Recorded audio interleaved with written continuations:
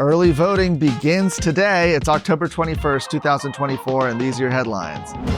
That's right, early voting begins today. Can you believe it? It's almost hard to believe that the election is right here, just a couple weeks away. And of course, we have 2 weeks of early voting here in Texas. So I want to make sure, first off, that you know that in-person early voting runs today through November 1st. Okay, November 1st is the last day you can cast your ballot early. And if you want to vote on Election Day, that day is, of course, Tuesday, November 5th. It's more than just the presidential race on the ballot. You've got Senator Ted Cruz, who's being challenged by Representative Colin Allred in his re-election bid. Congressional races and state legislature battles are at stake as well. And in some areas, tax increases are on the ballot as well. We'll talk about one of those in just a moment. So make a plan to vote and follow Texas Scorecard for our Decision Texas coverage of the 2024 election. Citing, quote, fast growth, trustees in Waller Independent School District are asking voters to approve $700 million in new bond debt to build 4 new schools. And with interest, the school bonds on the November ballot would cost taxpayers more than $1 billion. And that's according to the district's own voter information document. 2 separate bond propositions are on the ballot. Proposition A is $702.5 million. It would be spent to build 2 new elementary schools, a junior high and a high school, as well as buying land for future schools and new buses. The second, Proposition B, which is $11 million, would pay for new technology devices. With interest, the 2 bonds would cost local property taxpayers $1.33 billion, 87% more than the amount voters will see on the ballot. The district currently, by the way, owes $1.1 billion in bond debt, principal, and interest. All bond debt is repaid with local property taxes, and once bonds are passed, the district can raise the debt repayment tax rate at any time without voter approval. Now, Waller ISD is just one of the districts putting new bonds or even VADER, those are essentially tax increases, on the ballot, VADER rates, voter approval tax rates. Waller ISD is just one of many school districts across the state putting bonds and other tax increases on the ballot. That's why it's important to check what will be on your ballot before you head out to go vote. America is at a crossroads. Now, more than ever, Texas must step up and lead the country. We don't have time to mess around. The only way to save America is with a strong Texas. You and I know this, but so do the enemies of life and liberty. Therefore, you and I have no choice but to stand up and fight.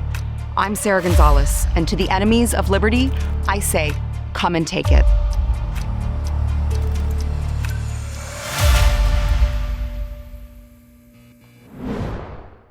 Okay, for our last story here, obviously a little bit of a shift in location. I'm coming to you from on the road, actually on my way to go speak to the True Texas Project in Beaumont tonight.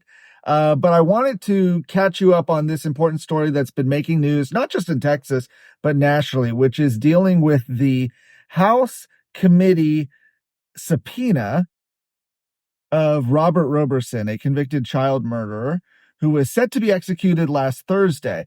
Members of that committee, led up by Democrat Joe Moody, Republican Jeff Leach, some others, operated to issue a subpoena to Robert Roberson and subpoena him to their committee. This, of course, went to the courts. The Supreme Court of Texas issued essentially a stay saying that the committee could have him come in and testify. That meeting was scheduled to take place today. Roberson did not come testify. The Department of Criminal Justice says, no, they're not going to take a death row inmate to the Capitol. It would be a pretty big security risk.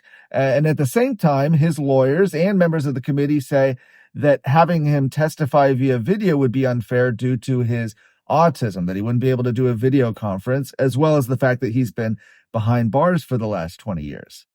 And so now you have a little bit of a situation where the courts and the committee and the Department of Criminal Justice are all at an impasse. Governor Greg Abbott has come out and said that the committee has overstepped by doing this, that only he has the authority to put stays on executions, not a legislative committee. And State Representative Tony Tinderholt has challenged the ability for Jeff Leach, who's on the committee. He was actually the ones making the filings in the courts on this issue last week. State Representative Tony Tinderholt says that he doesn't have the authority to do it. Jeff Leach is making those filings on behalf of, or claiming to represent, the Texas House of Representatives. And yet there's been no resolution passed. There's been nothing there. And the Attorney General's office even told Texas Scorecard that they were not properly notified as state code would require. So again, this is a big story, something that's being followed by a lot of national outlets as well. And we're going to keep an eye on it at TexasScorecard.com. For more of today's stories, go to TexasScorecard.com.